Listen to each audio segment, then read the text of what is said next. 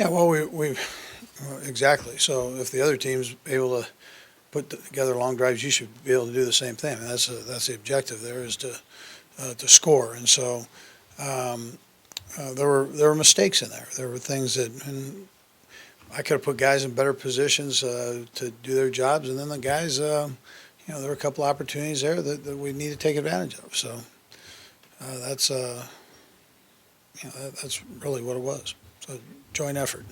You said yesterday that you were going to give DeAnthony a little time to work those personal issues. Do you anticipate that time running into this week, or are you expecting to be full steam ahead starting Wednesday or today? Yeah, I think I'll probably work through this week. I don't think, there's not a timeline. Doris is kind of dealing with that right now. And,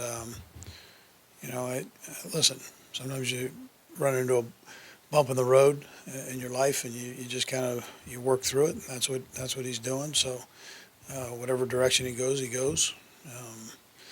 I'm just glad he's physically okay. That's the important thing. Andy, do you anticipate Houston or Holly practicing this week? We'll see.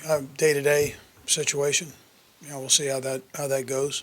They've both been rehabbing and working hard. They were both driving me crazy on the sideline yesterday, like they wanted to be in there. So we'll see. You think that's a good sign? That was a good sign. Yeah, that was good. They were into it. So I think I think it's developed with time here. You got to kind of know, especially in that situation right there. That's about as tight a window as you're going to have.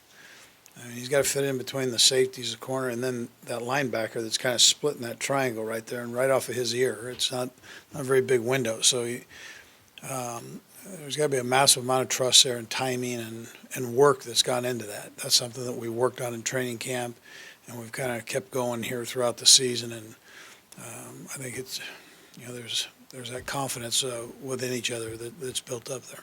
How much of their chemistry together, Alex Smith and Jeremy Maclin's, do you think is because they're both smart guys? They're both cerebral players. Well, I think that's important, but they've also got a good skill set, so you got to add that in there. There's a trust that Jeremy's going to be able to get open, and in a tight window, that's not always easy to do. You've got to create space at times, and then you have to know that he can make all the catches, whether it's down low, high, back shoulder, So all that goes into it, but it starts. There is a aptitude part of that. Yeah. Alex, he set a career best in terms of rushing yards and passing yards this season. Just what do you think the reason behind him being able to put up those numbers this season?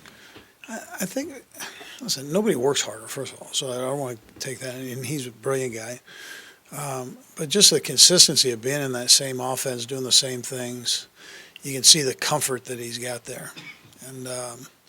Listen, do we all have room to improve? Yeah. So that's a pretty good thing to say when you're 30 years old. He can keep going here. He knows it, and it's one great thing about football. So it's you can always get a little bit better, but he's playing at a very high level right now. Your evaluation of the National Anthem singer. Yeah, she definitely takes after her mother, which is a good thing, and I thought she did a real nice job. I mean, it's hard to hear down there, but I mean, I thought she did a good job.